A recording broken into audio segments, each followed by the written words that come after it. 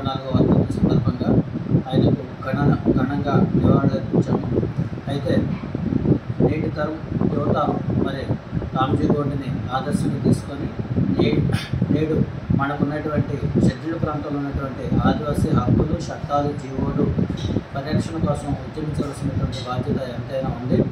మరి ఈ రాజకీయ పార్టీలు లేదనుకుంటే ఈ ప్రభుత్వాలు మరి కాలక్రమేణా ఆదివాసీ హక్కులు, చట్టాలు కనుమరుగు చేయడానికి మరి కూరుకున్నాయి. కావున ఈ హక్కులు, చట్టాలు, జీవోలు కాపాడుకోవాలంటే మరి రేపు 2024 సార్వత్రిక ఎన్నికల్లో నిజమైనటువంటి ఆదివాసీ బిడ్డలను ఎమ్మెల్యే, ఎంపీలుగా ఎన్నుకొని మరి అసెంబ్లీకి, పార్లమెంట్కి పంపించినట్టయితే మన ఆదివాసీ గొంతు అక్కడ వినిపించినట్లయితే మన సమస్యల పరిష్కారానికి ఒక ఏదిక దొరుకుతుంది.